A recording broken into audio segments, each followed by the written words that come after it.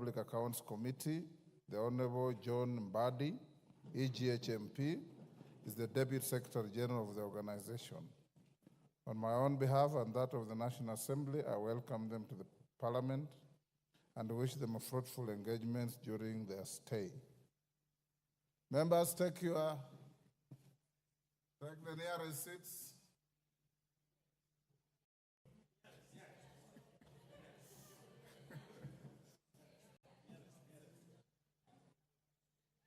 Honorable Kainan, where is your nearest?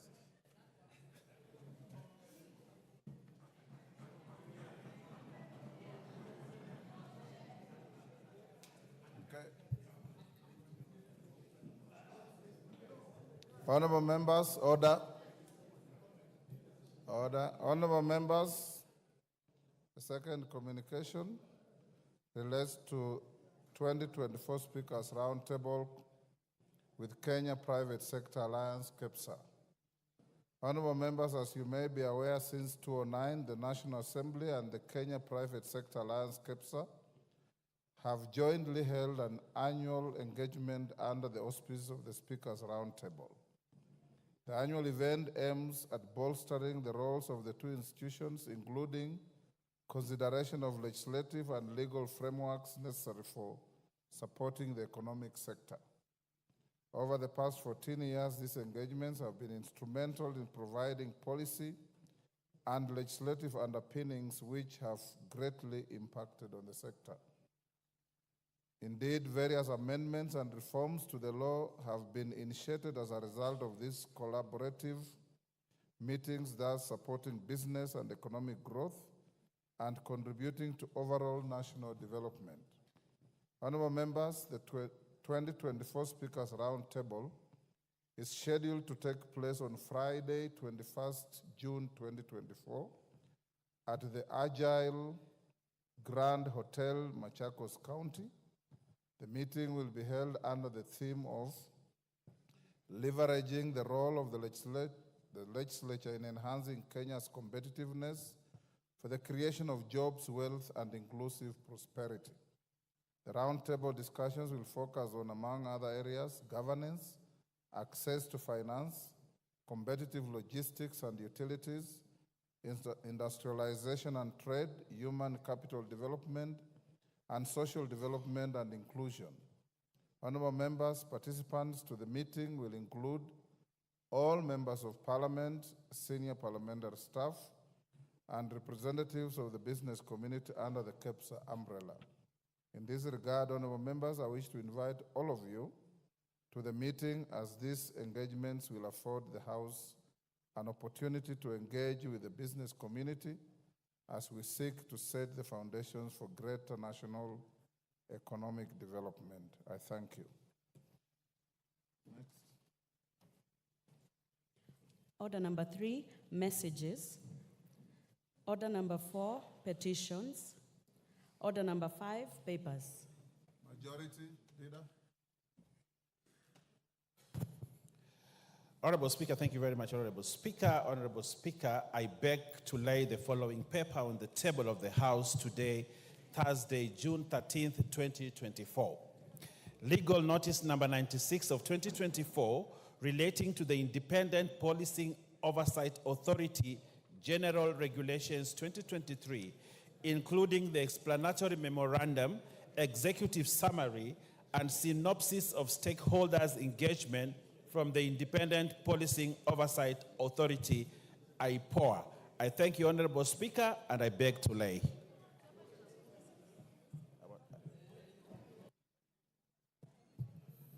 Thank you. Next. Order number 6, notices of motion. Order number 7, questions and statements. Robert Mbui. Thank you, Mr. Speaker. Mr. Speaker, this is a request for a statement regarding the directive by the Private Security Regulatory Authority on minimum wage for private security officers. Honorable Speaker, pursuant to the provision of Standing Order 44-2C, I rise to request for a statement from the leader of the majority party regarding a directive issued by the Private Security Regulatory Authority to private security service providers on minimum wage payable to private security officers. Honorable Speaker, on 10th June 2024, the Private Security Regulatory Authority issued a public notice purportedly published as legal notice number PSRA-002-2024, directing all private security service providers, users, prospective users, representatives of users of private security services to submit to it legal commitments to comply with a set minimum wage for the private security guards.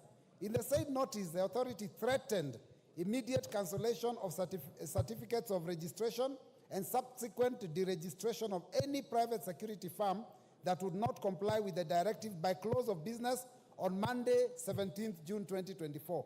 Honorable Speaker, Section 70 of the Private Security Regulation Act 2016 requires a responsible CS to make regulations for the proper administration of and give effect to the Act, including matters of employment of security guards by operation of Article 95 of the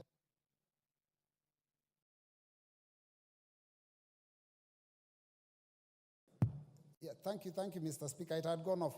So by operation of Article 95 of the Constitution, the purported legal notice not having been laid before Parliament in accordance with Section 11 of the Statutory Instruments Act 2023 is therefore void. Honorable Speaker, it is against this background that I request for a statement from the Leader of the Majority Party on the following. 1, could the Leader of the Majority provide a report on the constitutionality of the legal notice number PSRA-002/2024 issued by the Private Security Regulatory Authority on 10th June 2024 on compliance with the minimum set wage? 2, outline the steps that will be taken to revoke the legal notice by the Private Security Regulatory Authority if found illegally issued, and the measures put in place to ensure adherence with the relevant laws while exercising the said directive. 3, provide details on the processes leading to the determination of the minimum wage and whether the process adhere to the due process contemplated in law. 4, explain the powers and functions of the Private Security Regulatory Authority under Section 9Q of the Private Security Regulatory Authority Act 2026, includes setting of the minimum wage for security guards without reference to the Ministry and the Salaries and Remuneration Commission. 5, clarify whether the powers vested in the authority under Section 32 contemplates non-compliance with minimum wage as a ground for cancellation of certificates of registration and or deregistration of private security firms. And 6, explain the reasons for failure by the authority to submit regulations envisaged under Private Security Regulatory Authority Act 2016 to Parliament as required under the law, despite various efforts by the Committee on Delegated Legislation. I thank you, Honorable Speaker. Thank you, Robert Mbui. I've been requested by 2 joyriders. Major Bashir. Where is he? Yes, sir. Are you a major or a colonel? I'm a major. Major Bashir. And it's not easy to achieve the rank of a major. It's not just like going to an election and winning. Thank you, Honorable Speaker. Honorable Speaker, I want to support the statement that has been read by Honorable Mbui. And the matter here is about regulating the private security industry. Honorable Speaker, sometimes last year, the PSRA, together with the Ministry of Interior and National Coordination, appeared before the Committee of Delegated Legislation, of which I'm a member. And we asked them to bring the regulations so that the committee can go through and either approve or annul. Sadly, the said regulations have never been brought to Parliament through the committee. What we are seeing now through gazette notices aimed at private security companies is a nullity in itself, because it is something which is not bound by law. Take, for example, the issue of minimum wage. It is not under the purview of the Private Security Regulatory Authority. Make your point, Bashir. We don't have much Thank you so much. time. On matters of minimum wage, it is the Labor Council that sets minimum wage. The work of the PSRA is to ensure that it implements and enforces the minimum wage as set by the labor law. It's not under their purview to set minimum wage. Two, there's a lot of despondency on the private security industry now, because every now and then, every 2 weeks, every month, they are getting new legal notices, which, in my understanding, and the understanding of our committee for that matter, is that it has not been approved by Parliament. So the regulations out there is null and void, and I wish that the Ministry of Interior and National Coordination should ensure that they abide by the rule of law. Thank you, Honorable Speaker. Osoro, make your point in 1 minute. Thank you, Honorable Speaker. Honorable Speaker, I also rise to support Honorable Mbui's statements on the conduct and the directions given by the PSRA in regard to the private security firms raising the minimum wage of the security officers to 30,000. Honorable Speaker, the era of people or authorities making unilateral statements or directions is long gone. One can't wake up one morning and do letters, spread them across all the security firms and tell them, by this particular date, you must pay your soldiers, or rather the security officers, 30,000 shillings. Honorable Speaker, the security firms operate under contractual agreements with their clients. And there is no single contract, Honorable Speaker, except a few selected, where, in fact, even the government entities, Honorable Speaker, the set amount that they pay security firms per security officer is about 21,000 or 25,000. So, Honorable Speaker, a CEO of PSRA cannot wake up one morning and direct security firms that by force, on this particular day, make sure you pay your security officers 30,000. That is an illegality, Honorable Speaker. You cannot bypass this house, the house that makes laws. You wake up one morning, bypass this house, you ignore the subsidiary legislation process, and decide the rule is this way. Honorable Speaker, we support Honorable Mbui's statement. Thank you. Tongoyo, 1 minute. You are the chairman of security. Give him the mic. Thank you, Honorable Speaker. I want to really also comment on the issue being raised by my colleagues on the proposed increase of wage bill, minimum wage by the PSRA. Honorable Speaker, as much as it's true we agree with the concern raised by members, the issue of minimum wage is still also ongoing discussions. Honorable Speaker, it's good to agree that some of the firms, big firms like Equity, like actually some of the big institutions, pay as less as even 10,000, Honorable Speaker. So we had a proposal that we had actually proposed to the institution to adopt, whereby they are going to form categorization and give different classifications and different certificates, so that the institutions that, of course, they are big like G4S, who can able to afford the 30,000, they are given a different certificate, and they are, of course, you'll be able to be given a certificate and a classification depending on your capacity, just like the way NCAA does. So, Honorable Speaker, it is a very valid discussion, but I think it's something that we should be able really to appreciate, that majority of these institutions actually pays extremely too low when themselves are actually earning more. So I think the point to look at it is that we are going to have the regulatory authority give different certificate, different classes, so that the big companies who actually able to have the capacity should be able to pay the minimum. Those in the villages, like those who got the primary schools and small institutions, can able to pay the minimum that they can able to afford. Thank you. Majority Leader, this statement was directed at you. You also have your Thursday statement. We have only 9 minutes to start the next business.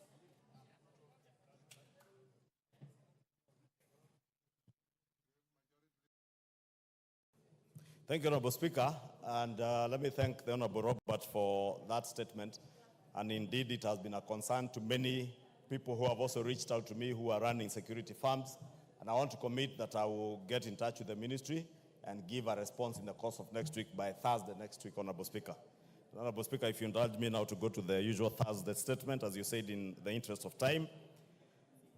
Pursuant to the provisions of Standing Order 44.2a, I rise to give the following statement on behalf of the House Business Committee, which met on Thursday, 11th June 2024, to prioritize the business for consideration during the week.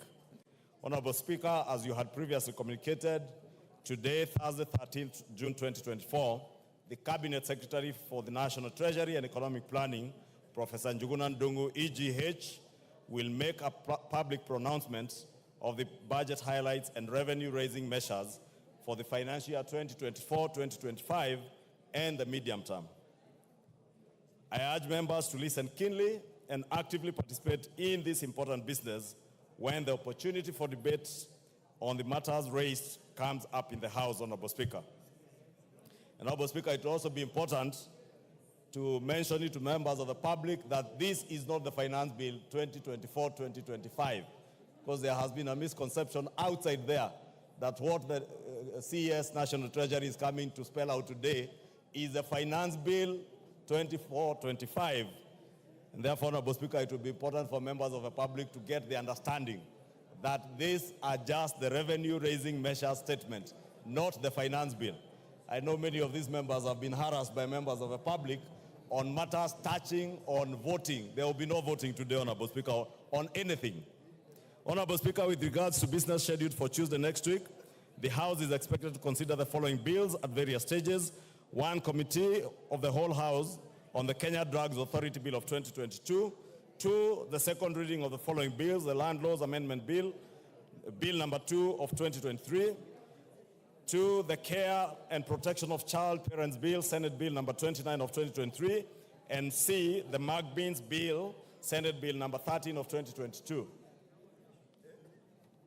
Additionally, debate will also be undertaken on the following motions. One, report of the Auditor General on the National Government Constituencies Development Fund for the 9 constituencies in Bungoma County. Two, report of the Public Petitions Committee on its consideration of public petition on funds spent contrary to the provisions of Article 223 of the Constitution. Three, reports of the Auditor General on the financial statements of specified state corporations. Honorable Speaker, if you can protect me from this Embu team that is conversing in Kimbere and Embu. Order, honorable members, Karemba and your team. CNN, go and take your seat.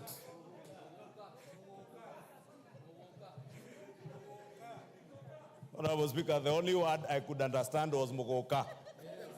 In the conversation they are conversing. Three, reports of the Auditor General on the financial statements of specified state corporations. Four, report on the Parliamentary Broadcasting and Library on enhancing reporting of parliamentary business on online platforms. Five, report of the Committee on Regional Integration on its inspection to the semi-autonomous institutions of the East African Community in Uganda. Six, report of the Committee on Implementation on the implementation status of reports on petitions and resolutions passed by the House. Seven, report of the Committee on Trade, Industry and Cooperatives on its consideration of alleged fair trade practices by foreign investors in Kenya. And eight, second report of the Committee on National Cohesion and Equal Opportunity on Employment Diversity Audit in Public Institutions.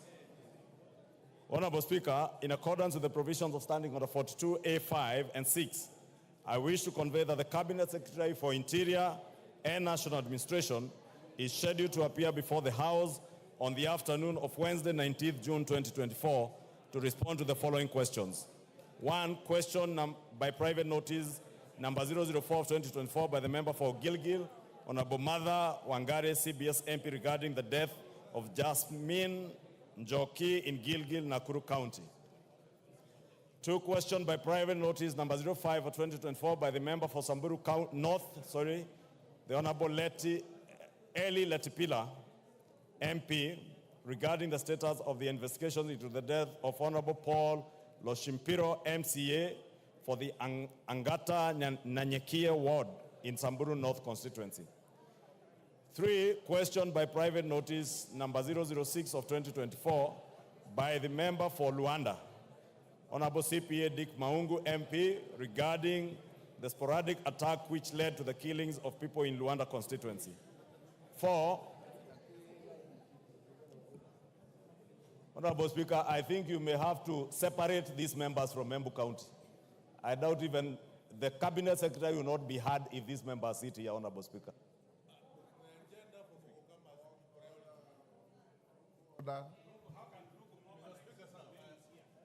Order, Rugu. Order, take your seat. Take your seat. Take your seat. Karemba, can you go to where you normally sit?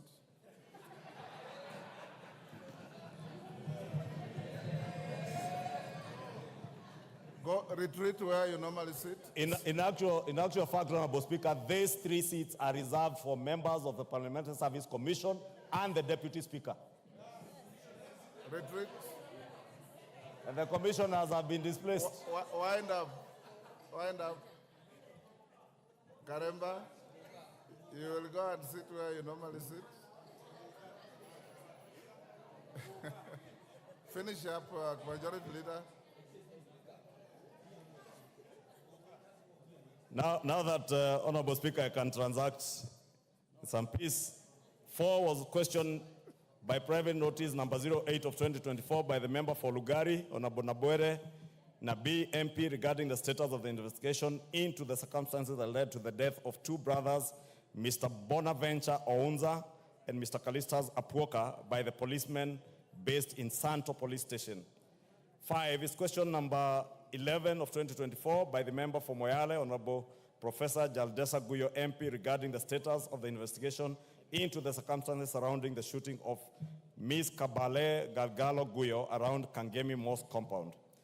6, questioned by private notice by number 012 of 2024 by the member for Lamu, Honorable Monica Mudhoni, MP, regarding the recurring conflict between herders and farmers in Ungu village of Hindi Ward, Witu and Mkunumbi wards in Lamu County. 7, question number 271 of 2023 by the member for Laisamis, Honorable Joseph Lekuton, MP, regarding birth and death registration offices in Laisamis and Loyangalani sub-counties. 8, question number 02 of 2024 by the member for Matungu, Honorable Oscar Peter Navulindo, MP, regarding the surge in cases of livestock theft in the Western region and in particular Matungu constituency. 9, question number 03 of 2024 by member for Kinango, Honorable Gonzi Rai, MP, regarding the deployment of the contingent of GSU officers to Kazamoyo village in Kwale County. Question number 05 of 2024 by the member for Bahati, Honorable Irene Joki, MP, regarding the replacement of the vehicle with registration plate number GKB340J assigned to the Deputy County Commissioner for Nakuru North Sub-County.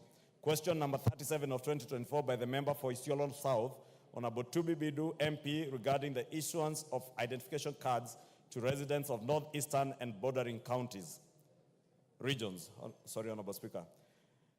11 is question number 45 of 2024 by the member for Fafi, Honorable Yakub Farah, MP, regarding actions taken by the government to enhance security in Fafi constituency.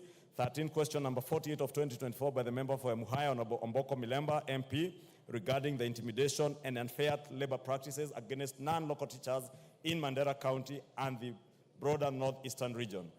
14 is question number 050 of 2024 by the member for Kilome, Honorable Thadia Zambia, MP, regarding the gazettement of Nzai sub-location in Makueni constituency.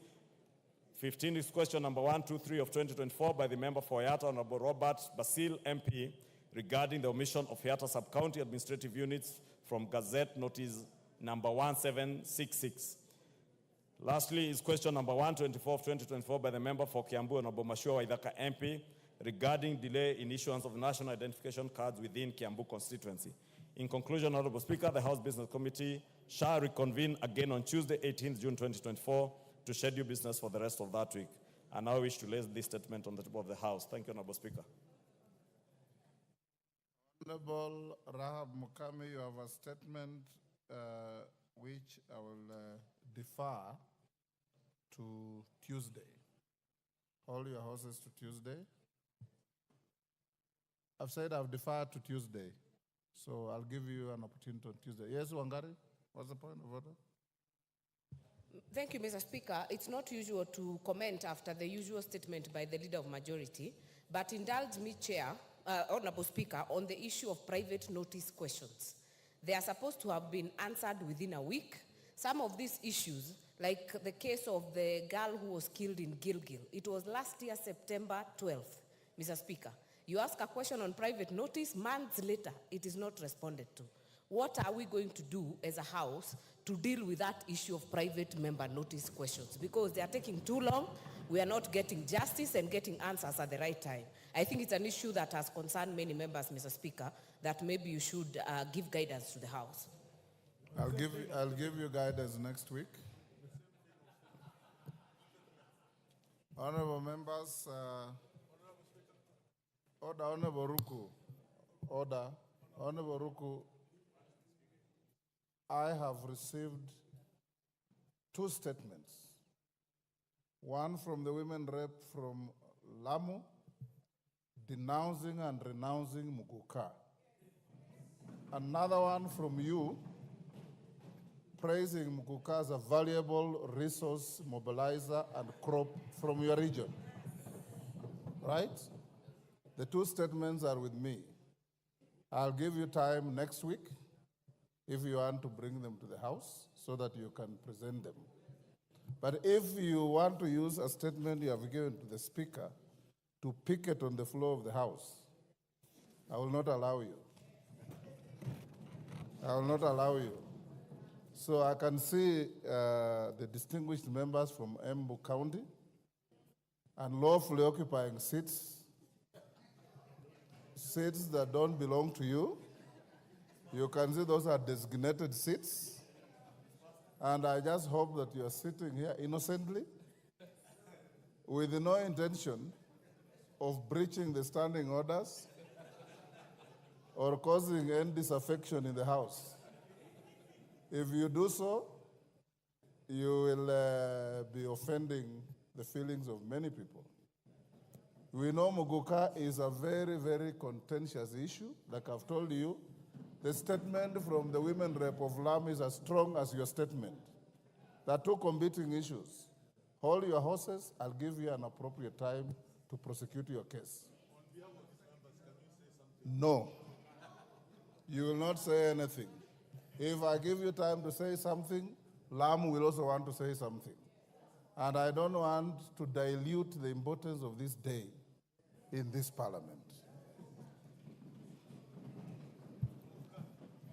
Call the next order. Honorable members will put questions on the matters that are pending. Then we go to the next issue. Order number 8, motion, report of the Committee of the Whole House on its consideration of the Equalization Fund Appropriation number 2 Bill, Senate Bill number 30 of 2023, question to be put and 3rd reading.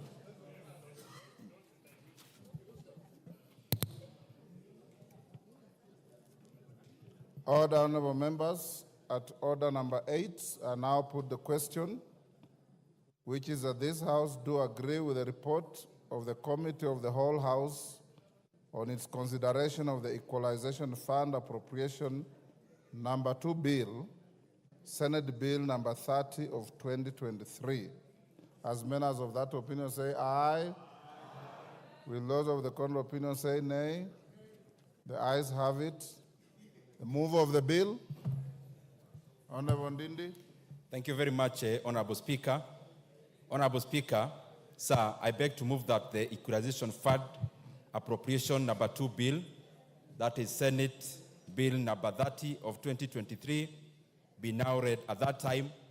And before I call the second Honorable Speaker, I want to thank all members who ably debated this matter and for the House for passing Kenya shillings, 7.4 billion Kenya shillings that will be going into the Equalization Fund. Honorable Speaker, it is also important for members to know that we have also budgeted for the arrears in the previous years that were never disbursed, especially because of the standoff in terms of regulations. And therefore, we'll be passing over Kenya shillings 7.4 billion to the counties and to the areas that should be boosted.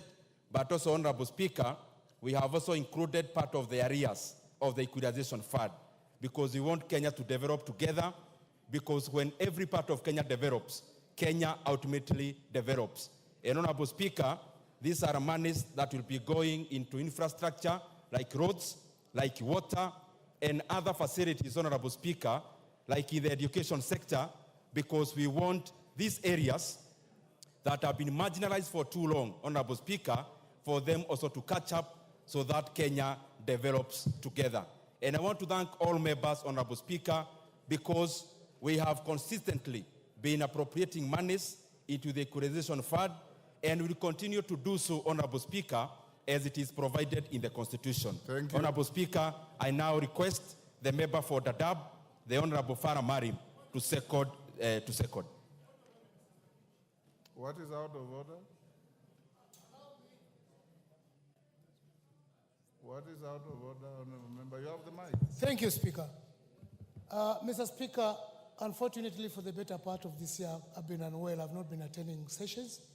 Yesterday, when I was seeing the list of the constituencies that have been allocated the Equalization Fund, unfortunately, Mr. Speaker, Kilifi South was missing. And trying to look at all the other constituencies, I could not understand. Order, Honorable Chonga. Mr. Speaker, I just... Order.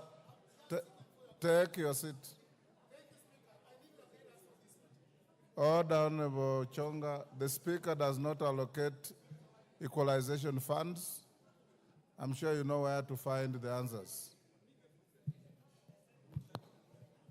Farah Malim, second. Honorable Speaker,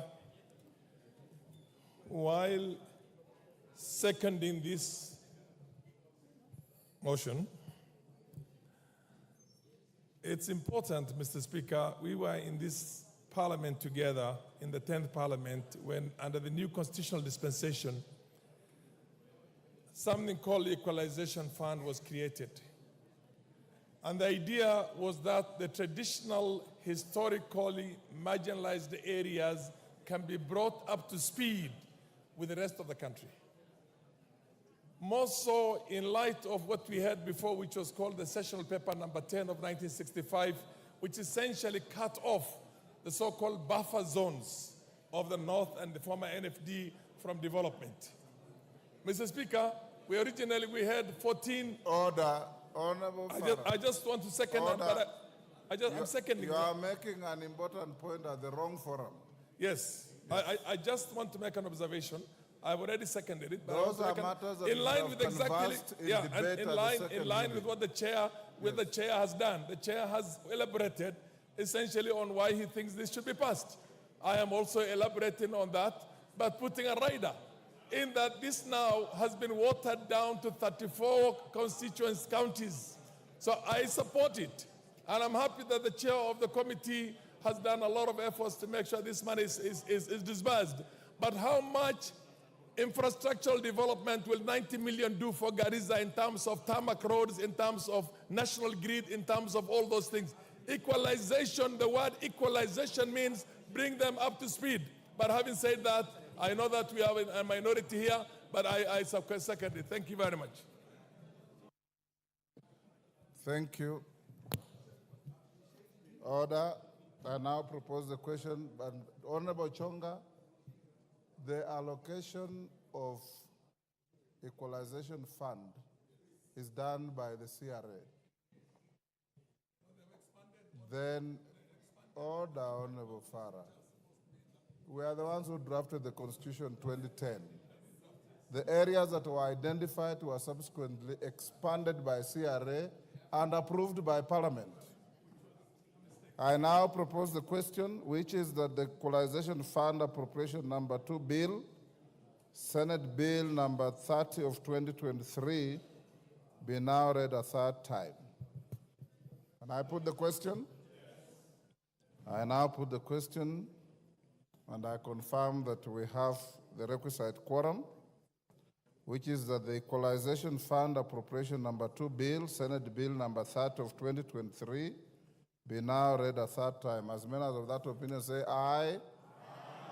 Will those of the contrary opinion say nay? The ayes have it. a bill for an act of parliament to authorize the issue of sum of money out of the consolidated fund and its application towards the service for the year ending 30th June 2024 to appropriate the sum for certain public basic services and for connected purposes. Order number 9, motion, report on the consideration of the consolidated fund services expenditures for the supplementary estimates 2 for the financial year 2023-2024 and the budget estimates for the financial year 2024-2025. Question to be put. Order, honorable members. Order, Chief Whip, take your seat.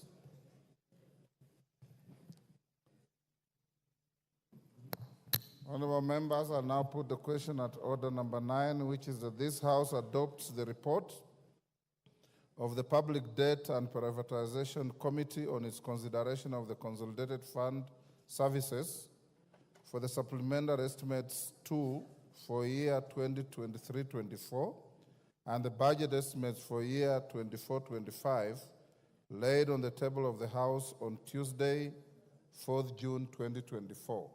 As members of that opinion say aye. Aye. Will those of the contrary opinion say nay? No. The ayes have it.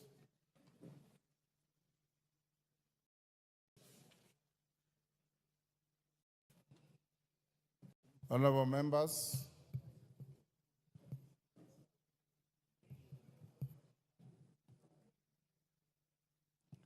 members, pursuant to the provisions of Section 40 of the Public Finance Management Act 2012 and Standing Orders 25A and 244C, I will now interrupt the business of the House to allow the Cabinet Secretary for the National Treasury and Economic Planning to make a public pronouncement on the budget highlights and revenue-raising measures for the national government for the financial year 2024-25 and the medium term.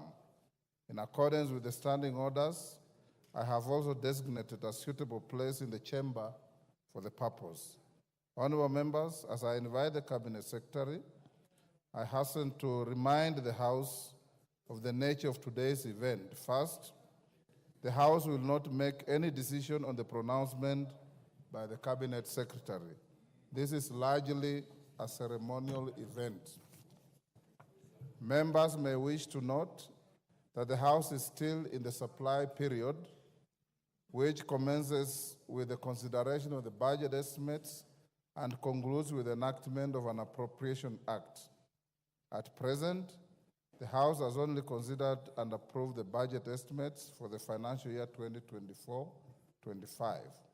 As you are aware, the Appropriation Bill 2024 and the Finance Bill 2024, that is, the ways and means proposed to support the appropriations made by the House, will be considered at a later stage. Secondly, Order Kagombe. There was a lot of peace in the House yesterday.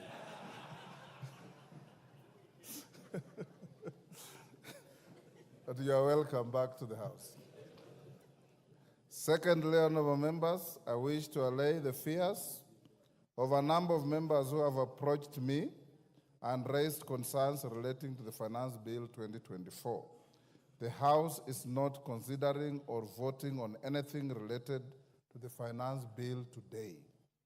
Indeed, the bill is still undergoing public participation before the Departmental Committee on Finance and National Planning, and the committee is yet to table its report. Any concerns relating to the bill shall be adequately addressed by the House once the committee tables its report, hopefully in the next week.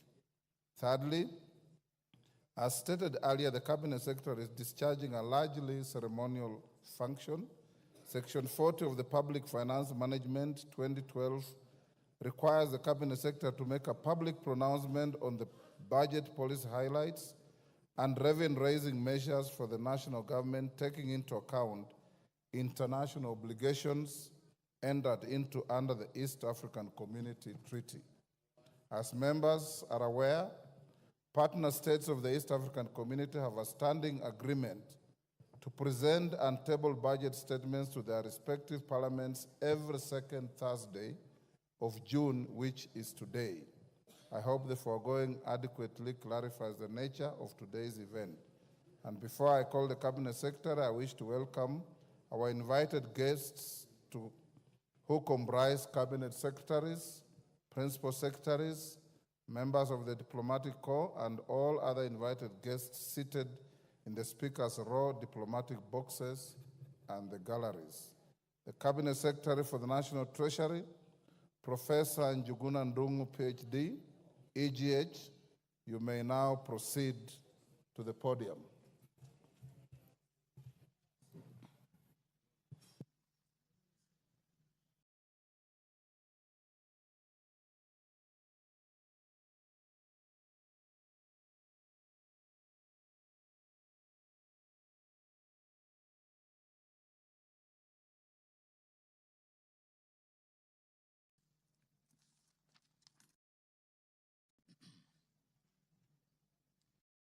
Mr. Speaker, it is my honor and privilege to present to honorable members of this august House and the people of Kenya the second budget of the Kenya Kwanza administration under the leadership of His Excellency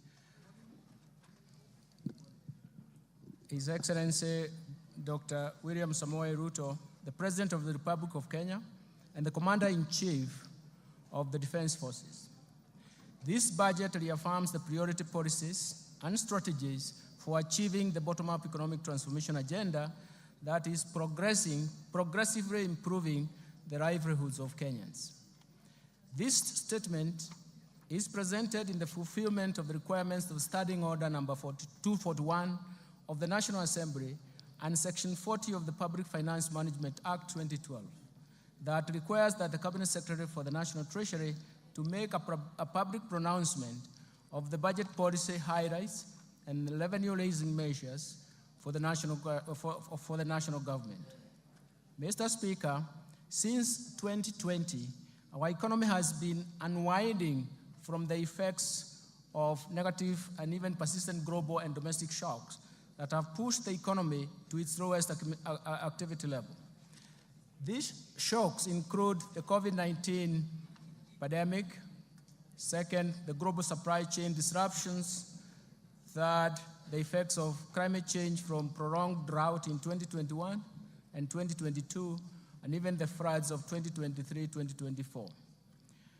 And measures to mitigate these negative shocks embarked on structural reforms under the bottom-up economic transformation have been successful in ameliorating these effects. The efforts have reduced the cost of living and created vibrancy in the economy that has shown signs of strong economic recovery. Mr. Speaker, in several regions, Kenya has sunk into abject poverty, largely because markets in their segments were interfered with or not properly governed. The failure to protect and regulate markets disrupted their development and, more importantly, curtailed further investment in those sectors such as coffee, sugar, cotton, pyrethrum. The institutional failure problem pushed policy to fail. In this context, the bottom-up economic transformation agenda interventions at the bottom of the pyramid are targeted to ensure that the markets are properly governed to work for everybody, and especially the poor. Mr. Speaker, for Kenya to transition from the middle-income status of the economy to an upper middle-income status as envisioned in the Kenya Vision 2030, two driving factors are important.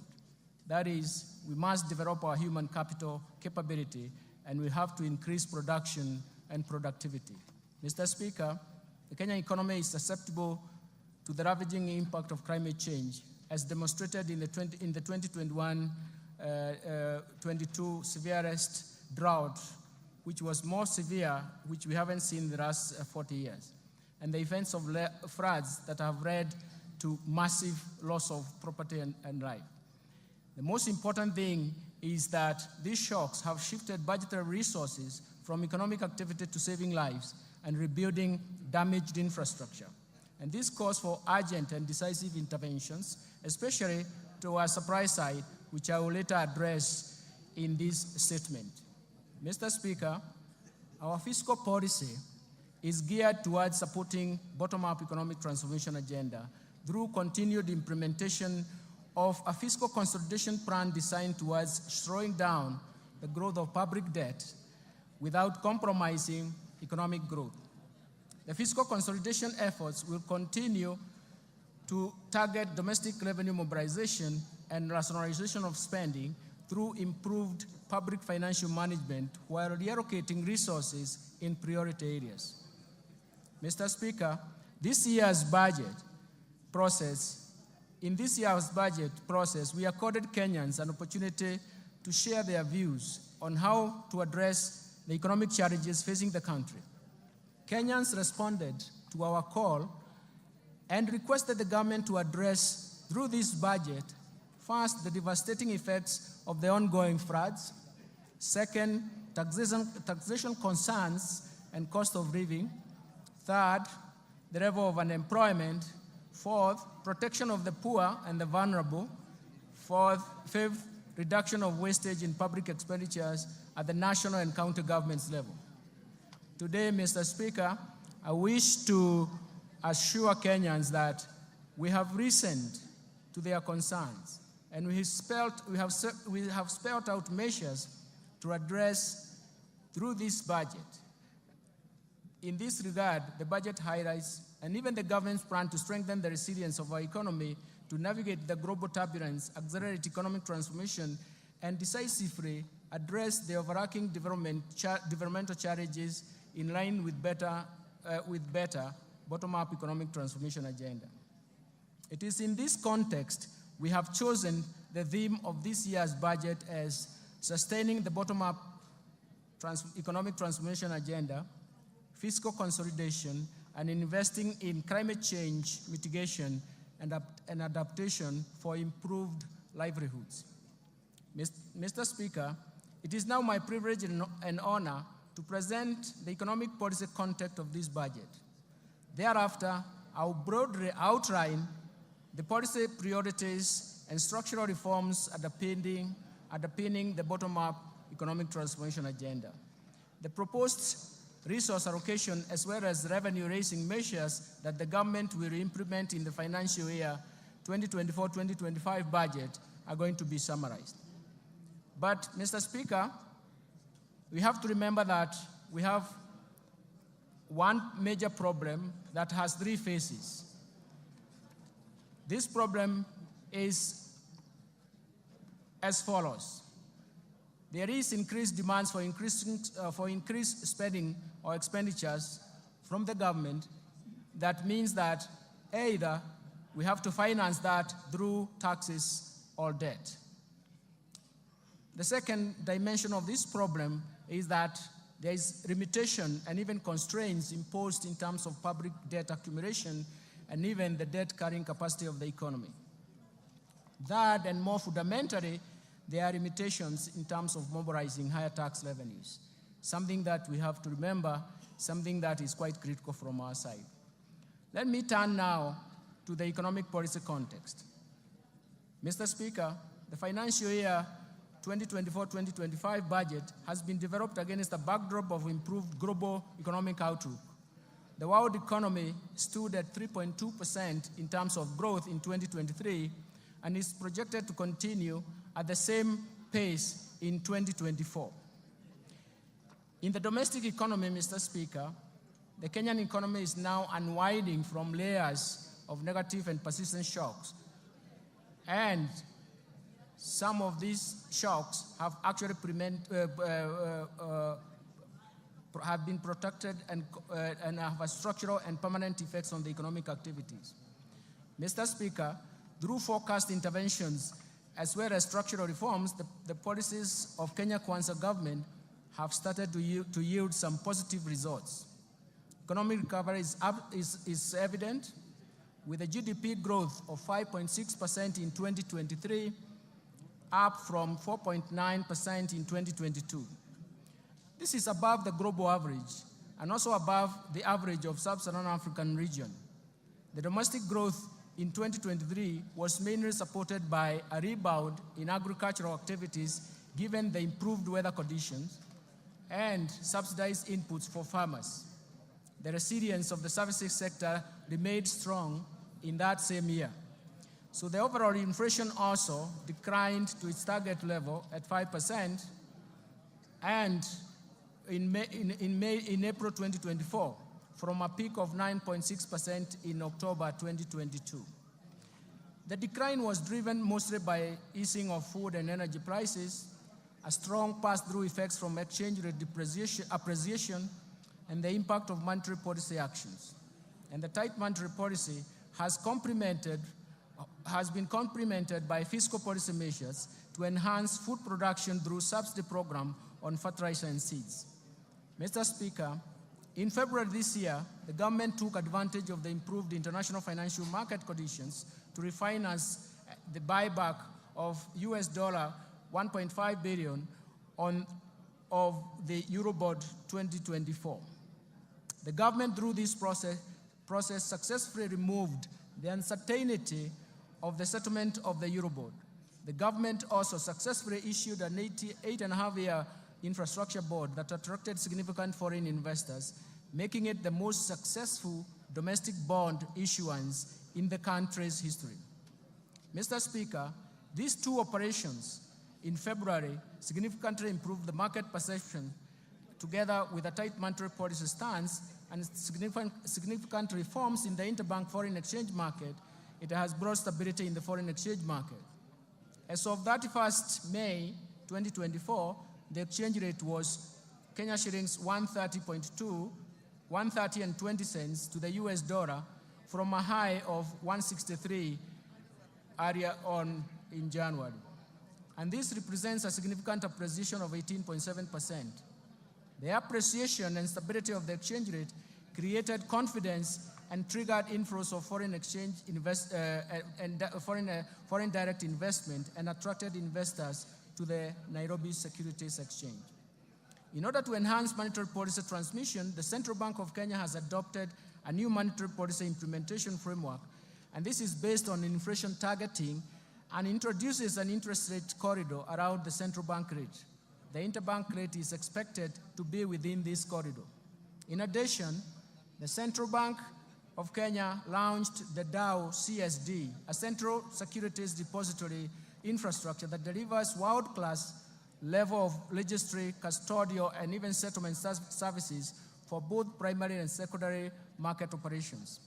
Mr. Speaker, I wish to encourage Kenyans and investors to take advantage of the DAO CSD to invest in risk-free treasury bills and bonds in order to grow their wealth and secure their financial future. We have simplified the DAO CSD, and investors can simply use the USSD *866# to log in and invest a retail bond for amounts as low as 600 shillings. This also will be launched to make investments of government securities all inclusive and include the bottom of the pyramid. Mr. Speaker, the strong economic fundamentals, together with the renewed investor confidence, is a signal for accelerated, broad economic growth and creation of jobs for our youth. In 2023, the total new jobs generated in the economy increased from 848,200 jobs compared to 816,600 new jobs generated in 2022. And this is attributable to policies implemented, especially when you focus on affordable housing and the agricultural sector interventions. Looking ahead, Mr. Speaker, and considering the ongoing reforms and even additional measures the government is introducing through the budget statement, we project our economy to grow at 5.5% in 2024 and 2025. This strong growth will be supported by ongoing interventions at the bottom-up economic transformation agenda. In this regard, the government will accelerate investment in human capital development and capital accumulation, in market development, protection, and regulation, in domestic resource mobilization, in reforming and restructuring government institutions, and finally, and more important, digitization to usher an era of efficiency in economic management to support economic recovery. Mr. Speaker, in order to safeguard macroeconomic stability and protect the fragile economic recovery, monetary and fiscal policies will remain very prudent. The Central Bank of Kenya will ensure inflation rate remains within target while maintaining a competitive exchange rate and stable interest rates. The Central Bank is further expected to safeguard the improvements in the functioning of the interbank foreign exchange market and apply all its instruments to strengthen the monetary policy transmission mechanism. On the other hand, Mr. Speaker, fiscal policy stance over the medium term aims at supporting the government's bottom-up economic transformation agenda by delivering a strong fiscal consolidation with fiscal deficit declining from 3.3% of GDP in financial year 2024-2025 from a high of 5.7% of GDP in financial year 2023-2024. This will improve the primary surplus to 2.3% of GDP in the financial year 2023-2025 from a primary deficit of 0.4% in the previous year. I will later in this statement elaborate on policy measures to deliver the strong fiscal consolidation.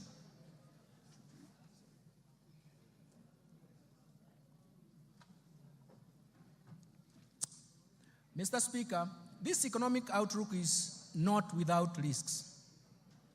We continue to witness external shocks and recurrence of extreme weather events that not only affects the economic activities, but also pose major fiscal risks.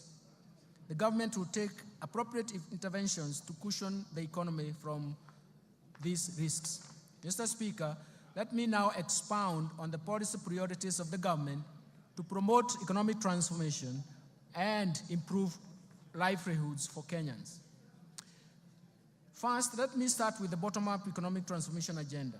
To strengthen economic recovery, the government will accelerate the implementation of policies, programs, projects, and interventions in bottom-up economic transformation agenda.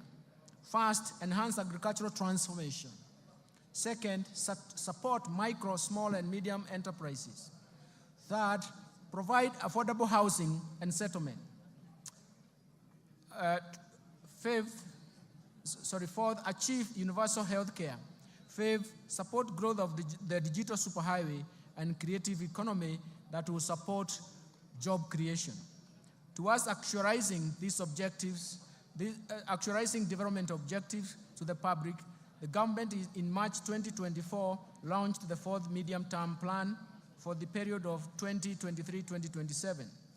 The MTP4, as we call it, translates the better aspirations into concrete priority interventions to be implemented by both levels of government. These are premised on the value chain approach with sectors which will target sectors with the highest impact to drive the economy and sustain economic recovery. The key priority interventions focus on the following value chains.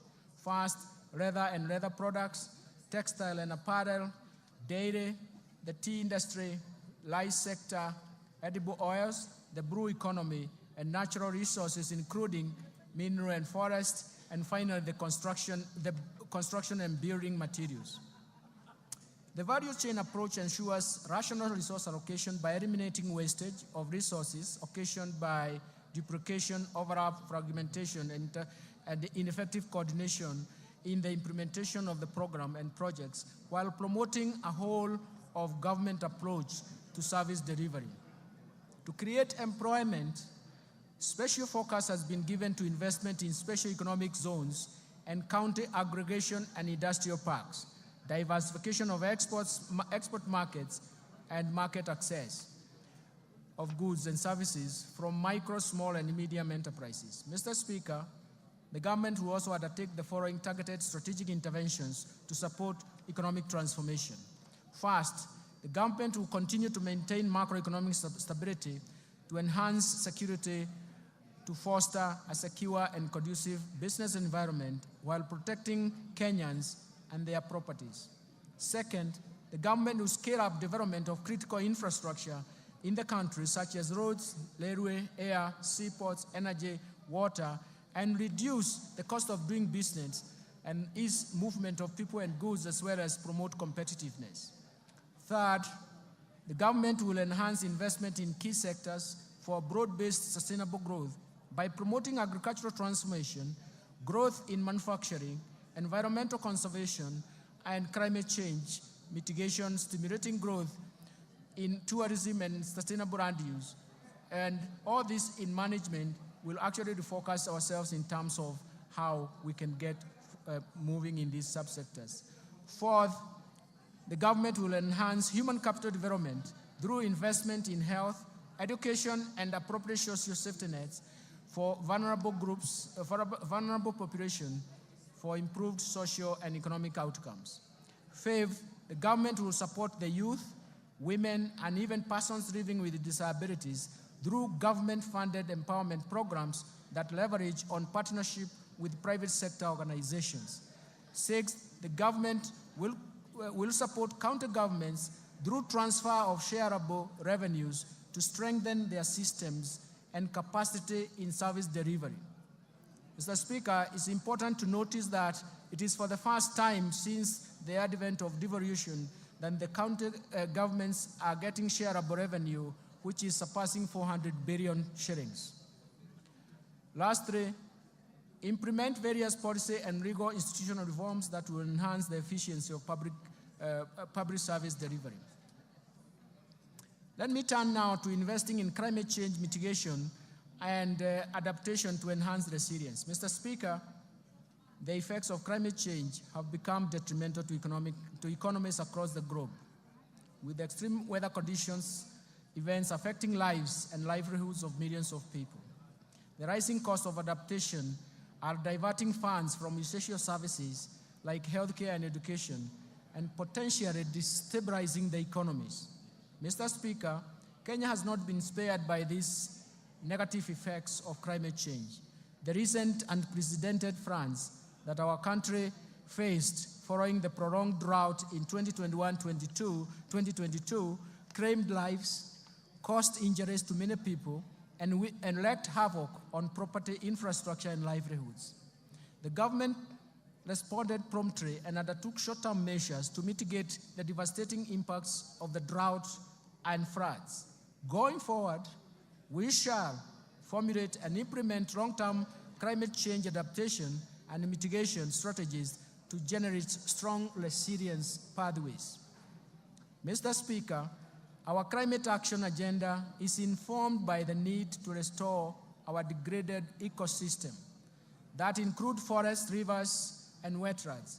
It is for this reason that His Excellency the President has rallied Kenyans to prioritize environmental conservation, implement aggressive reforestation, afforestation, and wetland restoration programs, and reverse the biodiversity loss and even land degradation.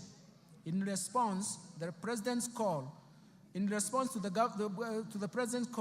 the government has stepped up climate adaptation mitigation efforts, including green energy, smart agriculture, decarbonizing manufacturing, e-mobility, and green building, all aimed at the attainment of zero carbon by 2050. I therefore urge all Kenyans to support the government's response to the ecosystem restoration that aims to grow 15 billion trees nationwide by the year 2030. Let me turn to policy, legal, and institutional reforms. Mr. Speaker, while we have made progress as a nation, we remain alive to structural constraints that impede the pace of economic development.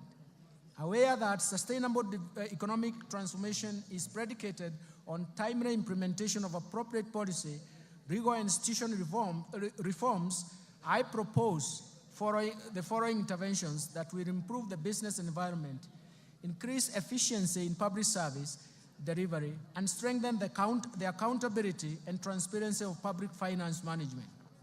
First, let me focus on public procurement reforms. Mr. Speaker, in my last budget speech, I informed this House of the government's plan to fully automate public procurement and disposal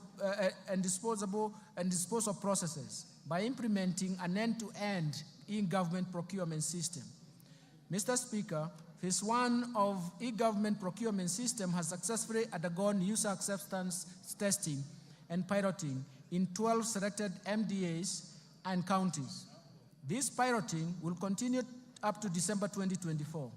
The system comprises, among others, an e-marketplace, electronic marketplace, for the common use items where prices for various outlets are feasible, allowing intense competition in procurement of these common use items.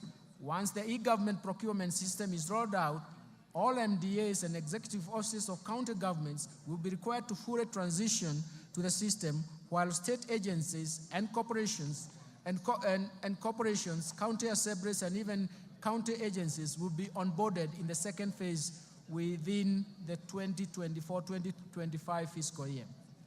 The system will reduce cost of goods, works, and even services between 10 and 15%, maximize value for money, and increase the transparency of procurement.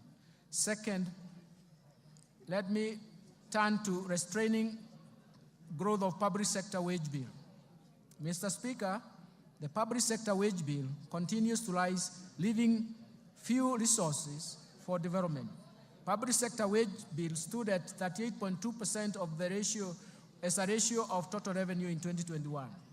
To contain the wage bill, the government implemented a wage freeze in the financial years 2021-22, 2022-23, in addition to eliminating and streamlining the number of allowances. Further actions planned in relation to containing the wage bill include: first, all MDAs and county governments should review and rationalize their staff establishment to ensure affordability, fiscal sustainability with the right composition and skill sets. Second, the government will roll out a unified human resource information system for the entire public sector starting from 1st July. The system consolidates human resource and payroll data in the public service for access through single warehouse. The system has been linked to the Kenya Revenue Authority iTax to facilitate filing of payee returns.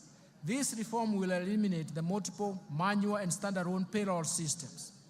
Third, the Salaries and Remuneration Commission will continue to streamline allowances paid in the public sector through harmonization and rationalization of categories, rates, rules for allowances. And fourth, the Salaries and Remuneration Commission will progressively review allowances and benefits in the future, collective bargaining agreements, and align them to the provisions of allowances policy framework for the public service.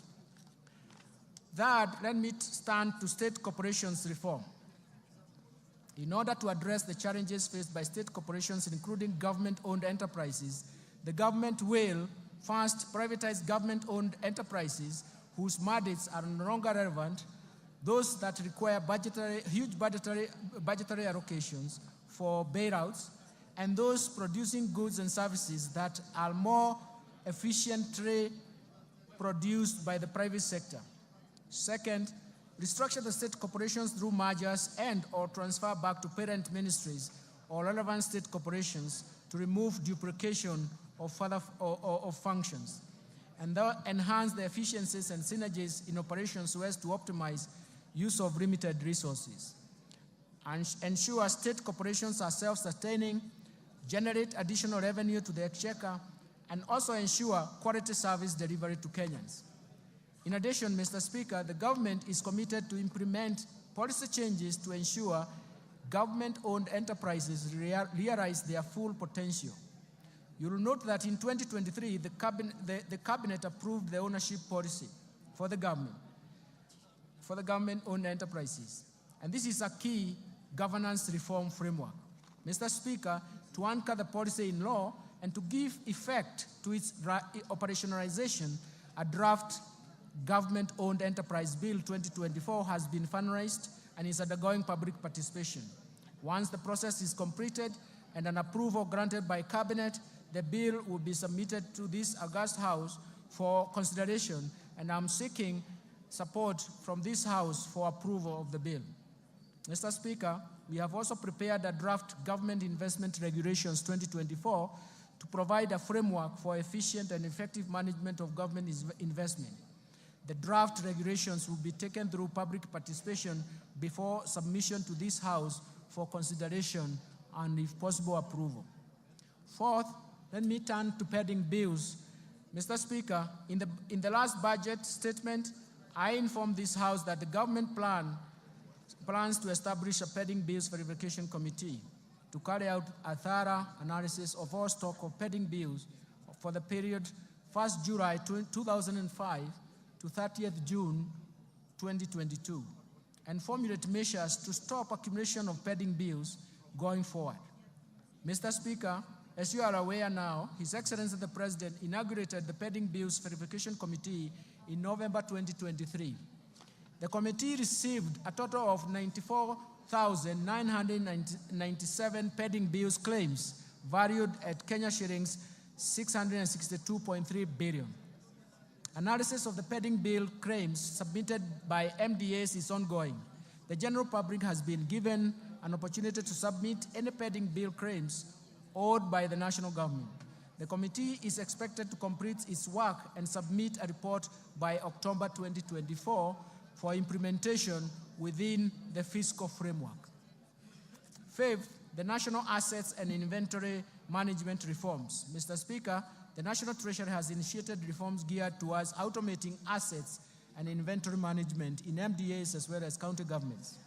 In this regard, the National Treasury will operationalize the assets and inventory management modules of IFMIS, with the module of all MDAs scheduled to launch and go live in July 2024. The rollout of county governments will commence thereafter. These reforms will enable the accounting officers to have feasibility of all assets and inventory under their control and facilitate optimal assets utilization. Sixth, let me turn to financial sector reforms. Mr. Speaker, the Kenya banking sector remains stable, resilient, and continues to play its role in mobilizing funds and channeling them to deserving productive economic sectors and activities. The banking sector remained profitable with a growth of assets of 0.3%. It is now standing at 7.74 trillion in February 2024. Credit from commercial banks to the private sector stood at around 6.9% in terms of growth in April 2024 and has benefited key sectors of the economy.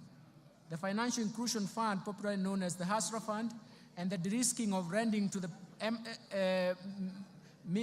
MSMEs through the Credit Guarantee Scheme have facilitated additional lending to the MSME sector.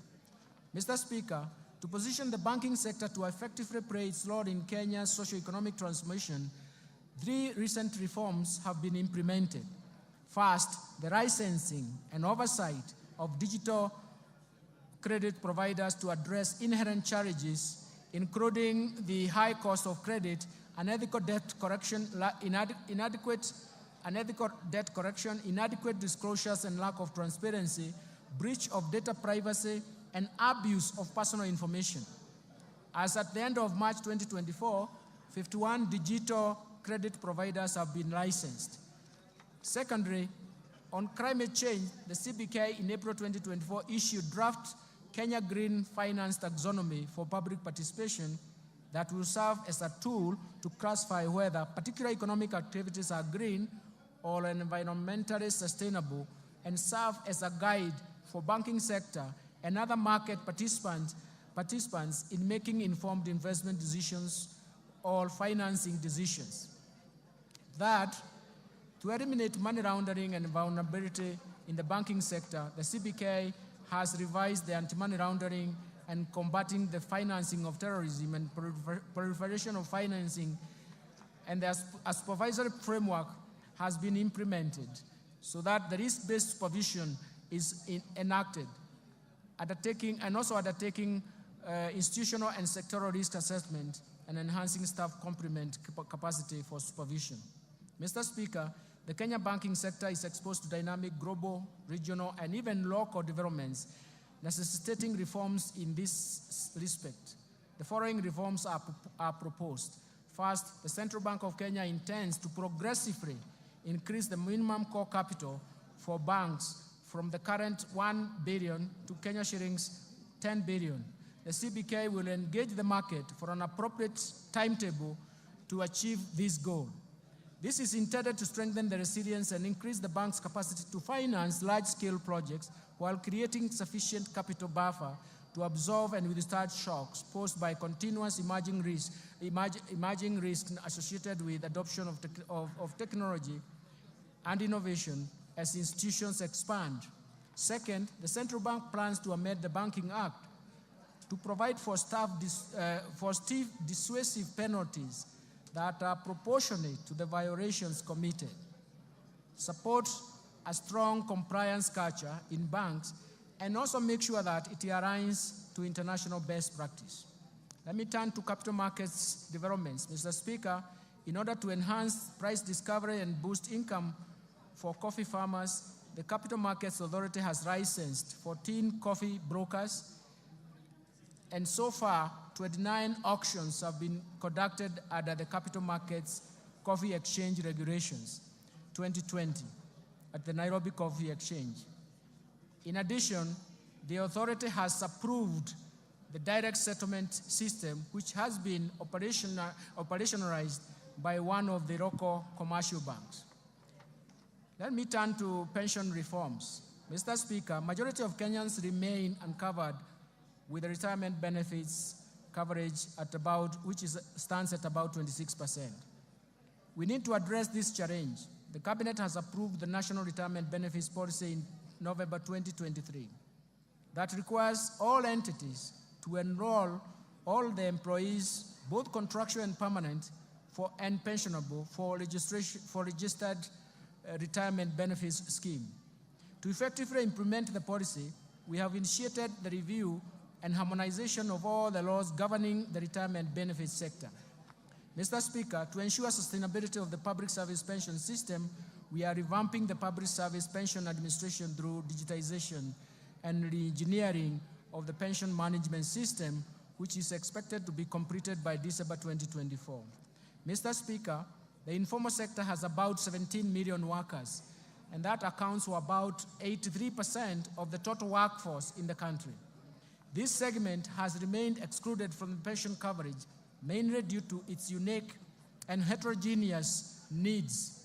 The National Treasury has established the Kenya National Entrepreneur Saving Trust, KNEST, to handle pensions from the informal sector and anchor the savings component of the hustler fund while providing a channel for voluntary savings. Let me turn to insurance reforms. Mr. Speaker, to facilitate the growth of the insurance sector, the government developed a national insurance policy. This policy is guided by the review of the Insurance Act, which has served its purpose, albeit with progressive amendments for the last 30 years.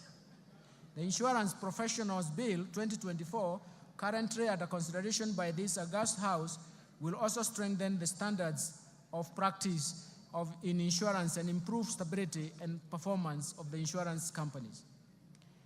And now turn to the fiscal framework, Mr. Speaker.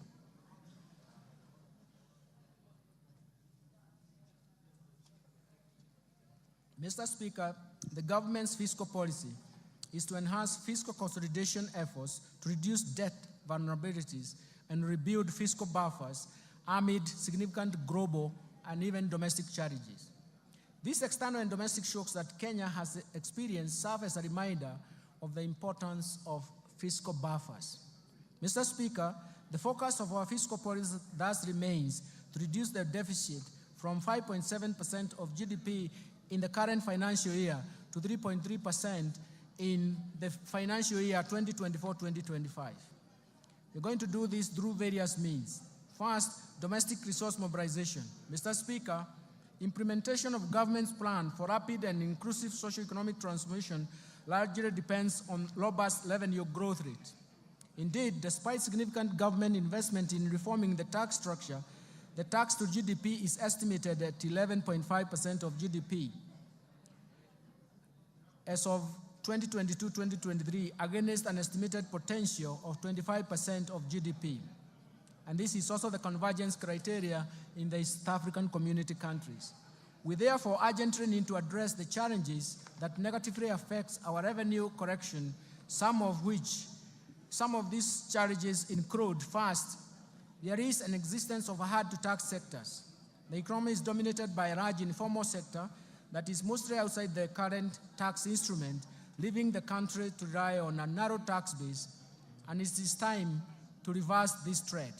Second, proliferation of tax expenditures over the years.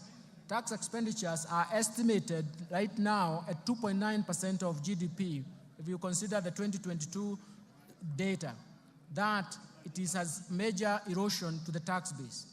Third, low tax compliance, largely attributed to factors such as the technical and complex nature of our tax laws and procedures, taxpayer apathy due to perceived inefficient use of tax revenues, high compliance costs, and inadequate taxpayer education. Fourth, there are difficulties in taxing emerging digital economy. The tax system is not fully equipped to deal with the emerging business models that leverage on the digital technology. Finally, Mr. Speaker, inadequate modern technology equipment for use at every stage or exit border points, misdeclaration and even misclassification of goods, inadequate customs border posts, infiltration of counterfeits, smuggling, and diversion of goods. Mr. Speaker, in order to address these challenges and enhance the revenue mobilization, we shall implement a combination of tax policy and administrative reforms. The reforms are premised on the need to ensure that taxes are more supportive to economic activity. They do not distort the market and have a predictable tax structure. The reforms include, first, implementation of tax policy and administration measures proposed in the Finance Bill 2024. Second, implementation of the medium-term revenue strategy to expand the tax base to 20% of GDP over the medium term. Third, to strengthen the tax administration for enhanced compliance through leveraging on technology to revolutionize tax processes, sealing revenue loopholes, and enhancing the efficiency of tax system. And finally, we're focusing on unlocking additional non-tax revenue potential by MDAs through the services they offer to the public. Let me turn to improving the efficiency of public expenditure. Mr. Speaker, turning to expenditures, we should ensure that our scarce resources are used in the most efficient and effective way. Mr. Speaker, in order to move towards a balanced budget and further improve efficiency in public spending, the following bold actions and reforms have been outlined in the financial year 2024-2025. First, rationalization of transfers to SAGAs by at least 30% from the financial year 2023-2024 approved budget, in line with the overall austerity measures cutting across all ministries, departments, and agencies.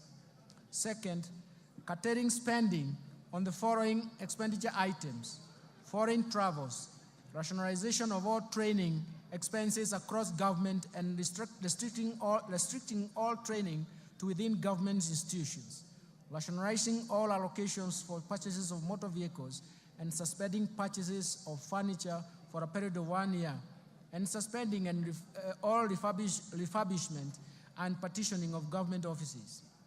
Third, the expenditure control measures that include suspension of all new recruitment in the public sector for 1 year, for the next 1 year, audit and cleanse all public payrolls, pension, and transfers to the vulnerable, with a view to eliminate ghost workers as well as enforce payments of salary scales and that are approved as recommended by SRC, and consolidation of public procurement for common user items.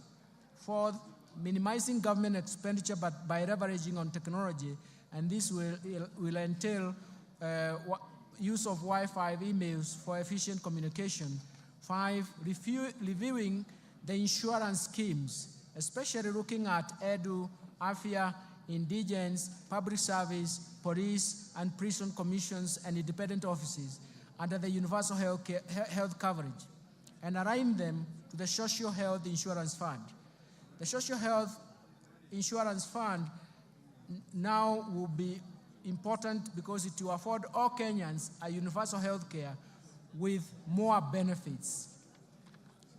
Sixth, suspending the policy of SAGAs investing surplus funds and enforce the requirement of PFM Act 2012 and the PFM Regulations 2015 to surrender such funds to the Exchequer. And finally, reviewing the regional development authorities to remove duplication of laws within those county governments and MDAs. Since the beginning of this financial year, the government has also implemented initiatives to contain the growth of expenditures. First, the government has undertaken measures to reduce spending to non-priority expenditures. Second, the public-private partnership framework targets commercially viable projects, but also considers the contingent liabilities that come under this framework.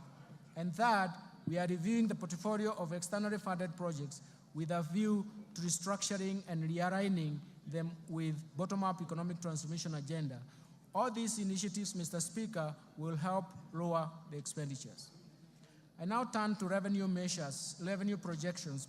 Mr. Speaker, with the policy measures and structural reforms highlighted above, we project total revenue corrections, including appropriations in aid for the financial year 2024-2025 budget to be Kenya shillings 3,343.2 billion, equivalent to 18.5% of GDP. Of these, ordinary revenue is projected to be Kenya shillings 2,917.2 billion, equivalent to 16.2% of GDP. Ministerial appropriations in aid is projected to be 426 billion shillings. Grants to this budget are provided at Kenya shillings 51.8 billion, which is 0.3% of GDP. Expenditure projections. Mr. Speaker, total expenditure in the financial year 2024-2025 budget is projected at Kenya shillings 3,992 billion, or 22.1% of GDP. Of this, the recurrent expenditure will amount to Kenya shillings 2,840 billion, or 15.7% of GDP. The development expenditures, including allocations to domestic and foreign finance projects, contingency fund, and even equalization fund, is Kenya shillings 707.4 billion, equivalent to 3.9% of GDP. Total allocation to county governments is projected at Kenya shillings 444.5 billion, of which equitable share is 400.1 billion. Fiscal balance. Mr. Speaker, given the projected revenue grants against the projected expenditures, the fiscal deficit, including grants, is projected at 597 billion, equivalent to 3.3% of GDP, and this is down from Kenya shillings 925 billion, or 5.7% of GDP in 2023-2024. In this respect, the primary balance will improve to a surplus of 2.3% of GDP from a deficit of 0.4% of GDP in the current financial year. The fiscal deficit for 2024-2025 will be financed by net external borrowing of 333.8 billion, equivalent to 1.8% of GDP, and net domestic borrowing of 263.2 billion, which is equivalent to 1.5% of GDP. Public debt management. Mr. Speaker, Kenya meets its obligations promptly, and no debt arrears have been accumulated. Public debt is projected to remain within sustainable levels on account of fiscal consolidation path that reflects the decline in the ratio of debt to GDP in present value terms over the medium term. To improve Kenya's debt sustainability and boost our credit rating position, the government will continue to implement measures to enhance growth of foreign exchange earnings. Our medium-term debt management strategy aims at lowering the cost and risks in the debt portfolio. In this regard, the government will slow down uptake of new external commercial debt, and undertake liability management operations through debt swaps and other innovative solutions. The government will also diversify sources of financing through issuance of Panda bond, Samurai bond, and Skook in diverse financial markets in China, Japan, and the Gulf regions, respectively. The government will maximize use of concessional financing from bilateral and multilateral institutions to improve the debt sustainability and boost our credit rating. Let me turn to public-private partnership framework, Mr. Speaker. Due to the limited fiscal space, the government will continue to scale up the use of public-private partnership financing for commercially viable projects. Currently, there are 37 projects at various stages of PPP project cycle. In order to enhance viability of PPP projects, I will soon be proposing amendments to the PFM Act 2012 to speed up the process of financial close, as well as ensure that the related fiscal cost and contingent liabilities are within acceptable levels. Let me turn to public investment management. Mr. Speaker, in order to increase efficiency and effectiveness of public spending, the government will continue to implement public investment management regulations at the national government and commence a rollout of county governments. The regulations are aimed at streamlining and initiating execution and delivery of public projects within the timelines. Further, the government will roll out public investment management information system to all MDAs to improve the management of development projects in the country. Strengthening financial management reforms is very critical, and now I'll turn to this migration to accrual accounting, Mr. Speaker. The transition to accrual accounting from cash basis marks a significant milestone in our nation's journey to strengthening public finance management. In recognition of this, the Cabinet in March 2024 approved the transition from cash to accrual basis of accounting to improve cash management and enhance the financial and fiscal reporting. The accrual accounting will enable the government to account for all assets and liabilities, including all government assets. With accrual accounting, we will also be able to account for all pending bills, public debt, and pension liabilities. Mr. Speaker, this is an important step to strengthen the public finance management, and I will therefore direct all MDAs and county governments to migrate to accrual accounting starting July 2024. This effectively means, Mr. Speaker, that the last financial statement to be prepared on cash basis by national and county governments will be for the financial year 2023-2024.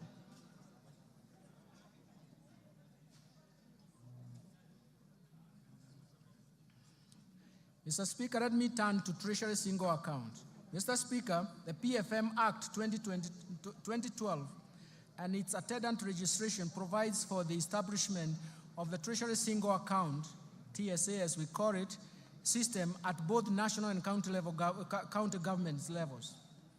Based on the experience over the last 10 years since the enactment of PFM Act 2012, the need to review the scope of TSE implementation has become apparent. To improve public cash management, it is necessary to operationalize other elements of the TSA system and that are envisaged in the law. The automation of government payments through the Integrated Financial Management Information System, IFMIS, and the Central Bank of Kenya Internet Banking, IB, system forms a good basis to widen the scope of Treasury Single Account system. The National Treasury undertook an inventory of bank accounts and balances held by public sector entities in various financial institutions and established that as at 30th June 2023, these entities held Kenya shillings 431.7 billion with various financial institutions. These large cash balances were not immediately accessible at the time when the government was very, very cash strained. Mr. Speaker, to address this challenge and underscore the government's unwavering commitment for fiscal discipline, transparency and efficiency in the management of public finances, the Cabinet approved the implementation of Treasury Single Account System in a clustered approach. The system will consolidate government cash resources into a single account header at the Central Bank of Kenya and sub-treasury single accounts at the commercial banks. The National Treasury in this respect will establish a treasury function to manage the TSA and the TSA sub-account structure so that every day the government financial position is known and ascertained. The migration of the TSA system commences on 1st July 2024. Let me now turn to resource allocation under the bottom-up economic transformation agenda. Mr. Speaker, let me turn the highlights to government spending priorities in the coming financial year. And in light of the revenue challenges, significant expenditure demands, spending in the financial year 2024 to 2025 will focus on bottom-up economic transformation agenda priorities on 5 core areas with the highest impact on the economy. The first one will be agricultural transformation and inclusive growth. Mr. Speaker, the government focus will be on agricultural transformation and inclusive growth through the value chains approach. This aims at providing adequate and affordable working capital to all farmers through cooperative societies. This, we consider them as aggregators, and deploy the modern agricultural risk management instruments that ensure farming is profitable and incomes are predictable. In addition, it